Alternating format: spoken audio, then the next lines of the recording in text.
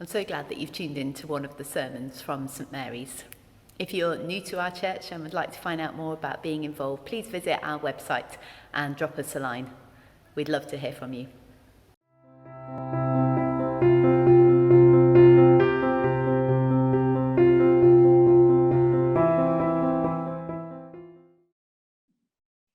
Now, when Jesus learned that the Pharisees had heard Jesus is making and baptizing more disciples than John, although it was not Jesus himself but his disciples who baptized,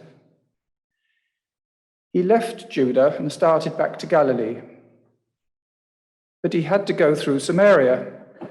So when he came to a Samaritan city called Sychar, near the plot of ground that Jacob had given to his son Joseph, Jacob's well was there, and Jesus, tired out by his journey, was sitting by the well. It was about noon. A Samaritan woman came to draw water, and Jesus said to her, "Give me a drink." His disciples had gone to the city to buy food. The Samaritan woman said to him, "How is it that you, a Jew, ask me, a woman of Samaria?" Jews were not to share things in common with Samaritans. Jesus answered her, "If you knew the gift of God and who it was saying to you, 'Give me a drink,' you would have asked him, and he would have given you living water." The woman said to him, "Sir, you have no bucket, and the well is deep. Where do you get that living water? Are you greater than our ancestor Jacob, who gave us the well, and his sons and the flock who drank from it?" Jesus said to her, "Everyone who drinks of this water will be thirsty again, but those who drink of the water that I will give will never be thirsty. The water that I will give will become in them a spring of water gushing up to eternal life." The woman said to me, "Sir, give me this water so that I may never be thirsty or have to keep coming here to draw water." Jesus said to her, "Go, call your husband and come back." The woman answered him, "I have no husband." Jesus said to her, "You are right in saying, 'I have no husband,' for you have had 5 husbands, and the one you have now is not your husband. What you said is true." The woman said to him, "Sir, I see that you are a prophet. Our ancestors worshipped on this mountain, but you say that the place where people must worship is in Jerusalem." Jesus said to her, "Woman, believe me, the hour is coming when you will worship the Father neither on this mountain nor in Jerusalem. You worship what you do not know. We worship what we know, for salvation is from the Jews. But the hour is coming and is now here when the true worshippers will worship the Father in spirit and truth. For the Father seeks such as these to worship him. God is spirit, and those who worship him must worship in spirit and truth." The woman said to him, "I know that Messiah is coming, who is called Christ. When he comes, he will proclaim all things to us." Jesus said to her, "I am he, the one who is speaking to you." This is the word of the Lord. Thanks be to God. Thank you, Scott, for reading for us. If you're able to, can I ask you to stand with me?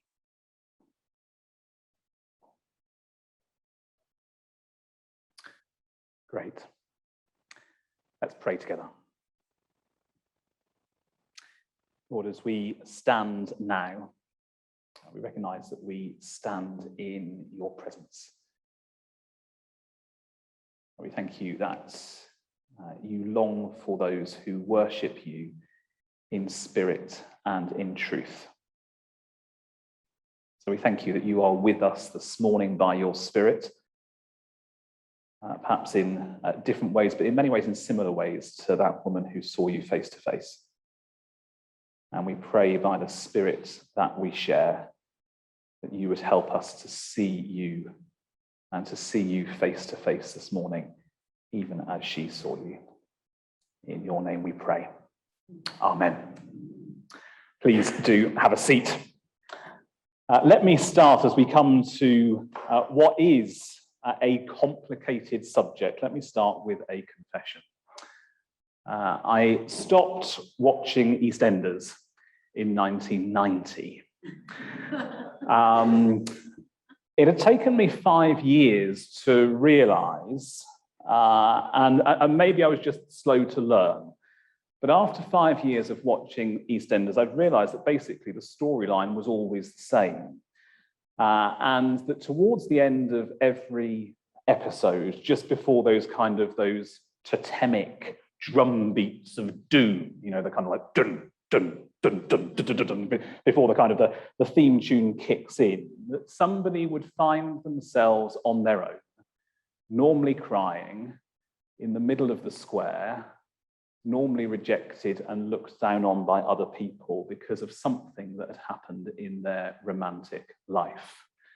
Either they'd kissed the wrong person, or they were living with the wrong person, or the wrong person had come to stay, or they'd been found out to be having an affair, or some child they knew nothing about had turned up in the square, or somebody had come back from having been ostracized and had sown division in the square.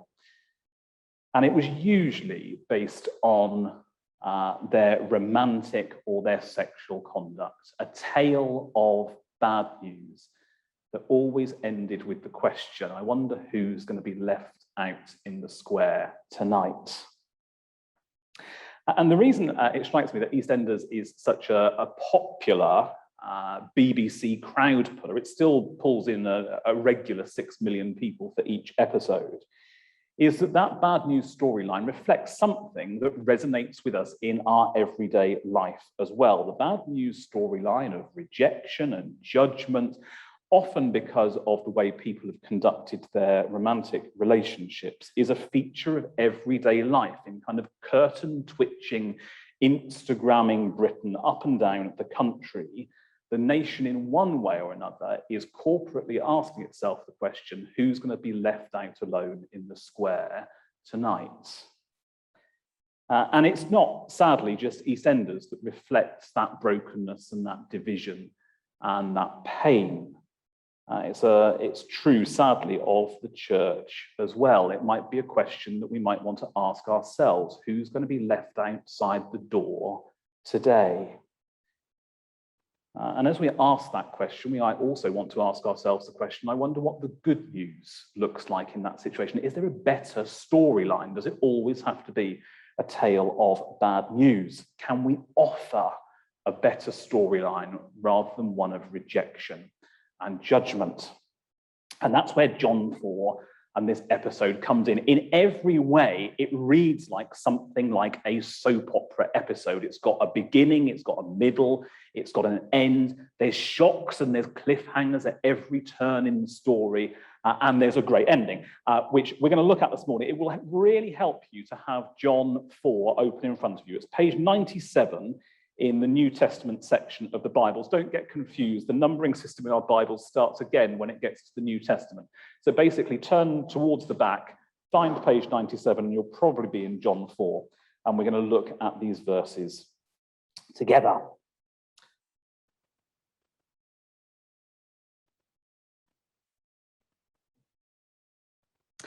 We begin, no surprise at all, in a public square, or at least by a public well. Jesus has needed to move from Jerusalem. The political temperature in his day had got rather hot there, and so he was going back north towards Galilee in northern Israel, which is where he'd grown up, where things were a little bit calmer. And he routes through the middle of Samaria. Already, that shows us something of the shock of the better storyline that Jesus is going to offer.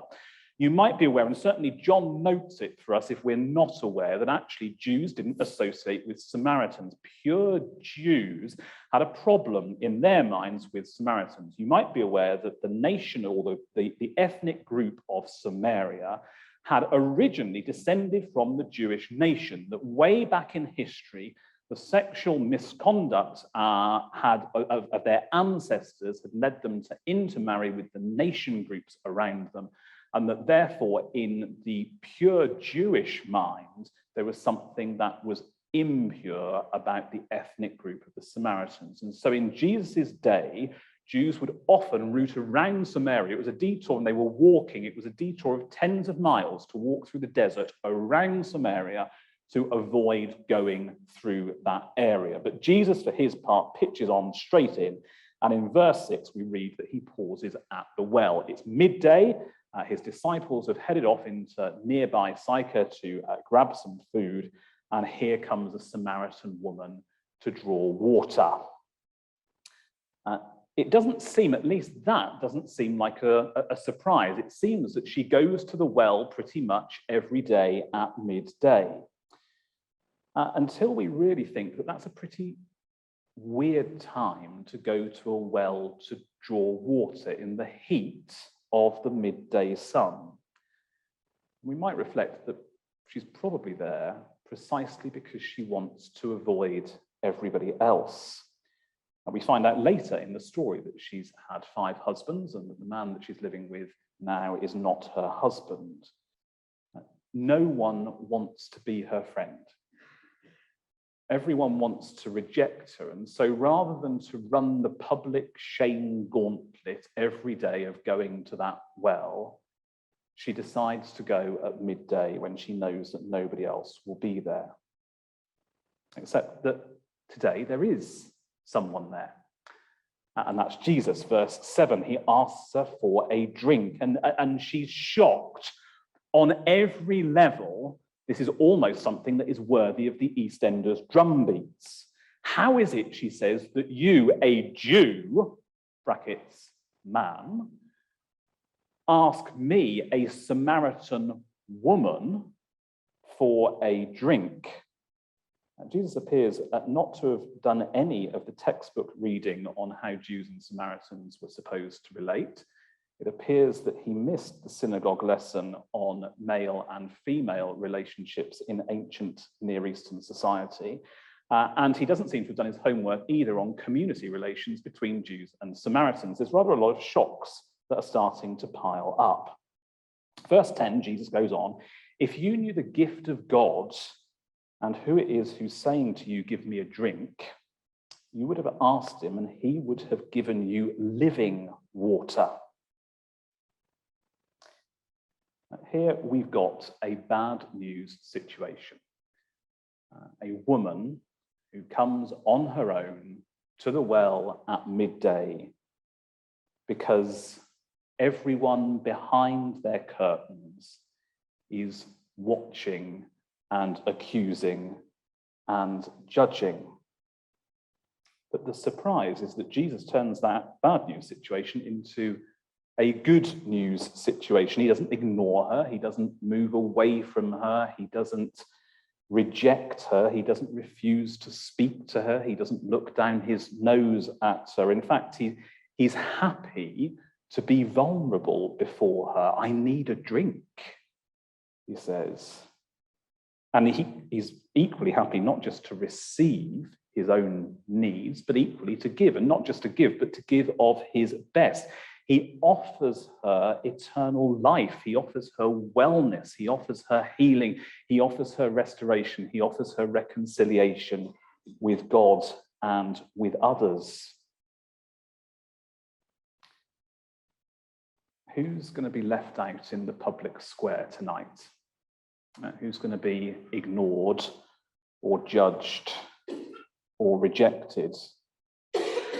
I wonder whether it's going to be the local sex workers on the Downs or the unmarried couple who have moved in next door, or the person who's just been found having an affair, or the person struggling with what they watch on TV or online. or the person who's had a string of partners. Jesus shows that being good news to somebody doesn't mean to say that we personally need to agree with every aspect of their behaviour. Being good news means loving somebody so much that in spite of their behaviour, we can begin a normal conversation with them. We can go towards them and dignify them as a fellow human being. We can begin a conversation that doesn't start with judgments and preconceptions and preconditions. We can begin a conversation which starts with common points of interest and need. We can begin a conversation which loves the other person enough to offer them hope through how we listen and how that conversation develops. If Jesus can do that as somebody who lived perfectly, then I'm sure that we can do that as people who might accept that our behaviour is often far from perfect in itself. That's the beginning, shocking enough as a start, but then we move to the middle. Jesus continues to talk about a well of living water that never runs dry. And the woman's interested. I mean, to be honest, this in kind of modern day terms is like talking to somebody about a gas bill that you don't have to pay. A free source of gas. It's a bit like an advert that if you were to see it appearing on the TV, you would think, I want that. That's so good. That's my entire winter solved. Now, and this woman who's been having to come to this well practically day by day by day, running the gauntlet of shame, actually, this offer of free water sounds like rather a good deal. So you can imagine that her bubble is somewhat burst when in verse 16, Jesus says, go, call your husband and come back. I mean, what can she say in that situation? If she tells the truth, she presumes that Jesus is going to reject her just like everybody else has rejected her. So she answers very carefully. Verse 17, I have no husband. Jesus replies, you're right in saying, I have no husband, for you've had 5 husbands, and the one you have now is not your husband. What you have said is true.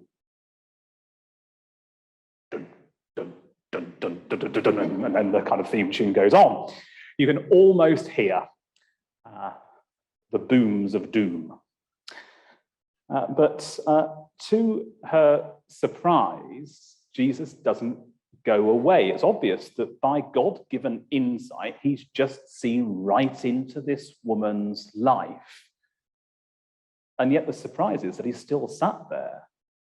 He knows what everybody else already knows, but he knows what everybody else already, and presumably he knows more. If he knows that, what else has he seen in this woman? But yet he's still sat there. She's not alone in the public square anymore. God's good news storyline is that he sees us. He knows exactly what we've done and exactly what we've thought. There's nothing hidden from him. With God, there's no sense of us having a public life and a private life.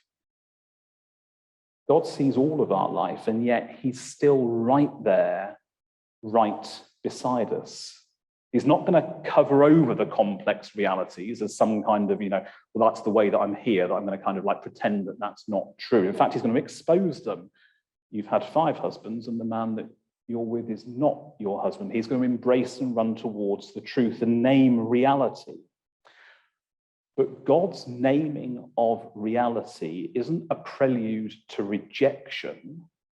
His naming of reality, his encouraging of us to be unhidden and to be undefended and to be vulnerable and to be known and to be honest before him, is an invitation to receive eternal life and healing and restoration.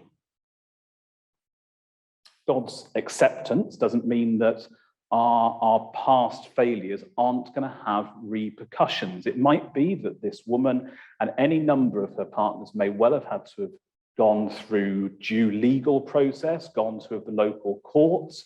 Certainly, there will be a deal of emotional pain hanging around.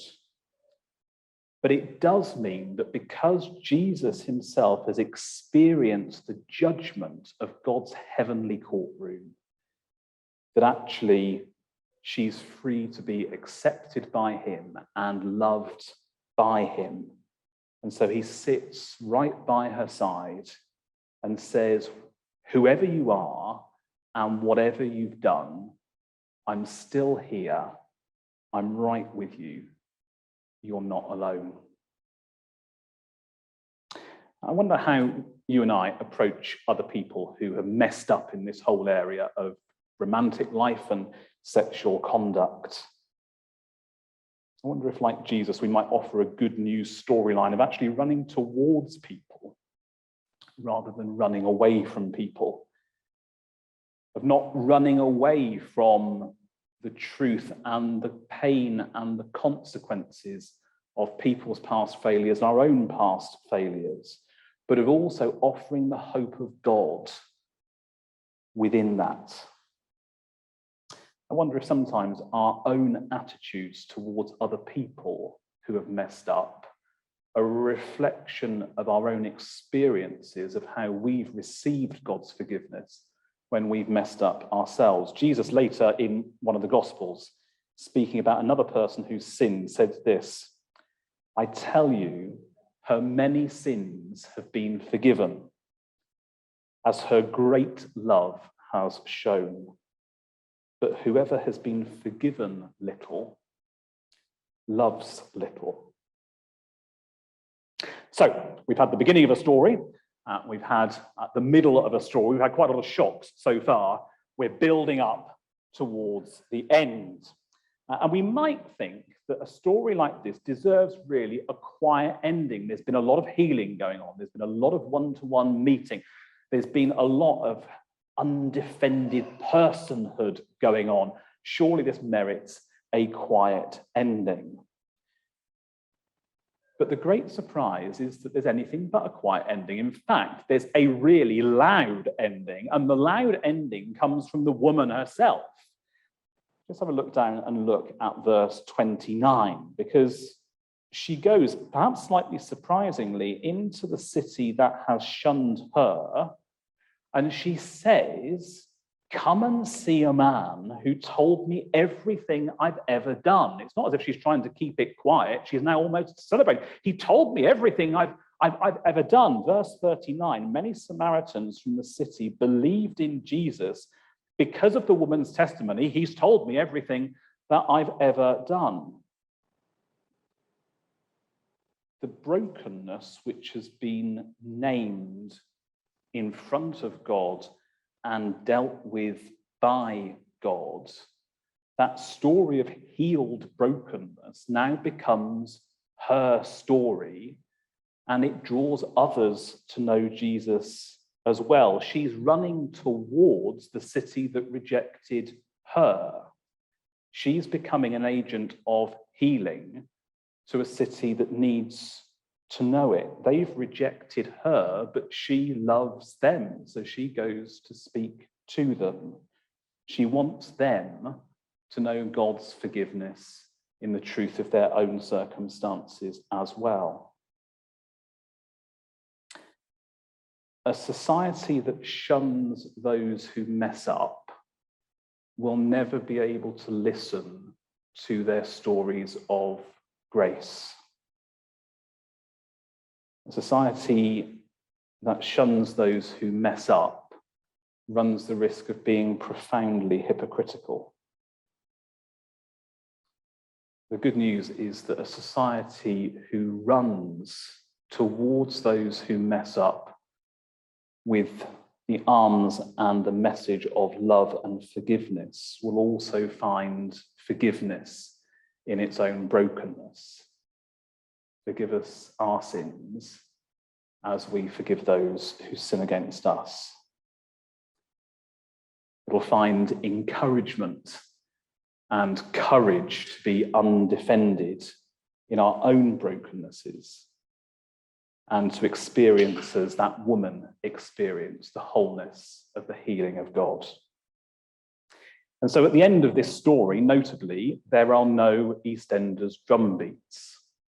We've come into land, and no one needs to be out in the square alone, and there needs to be no cliffhanger and booms of doom.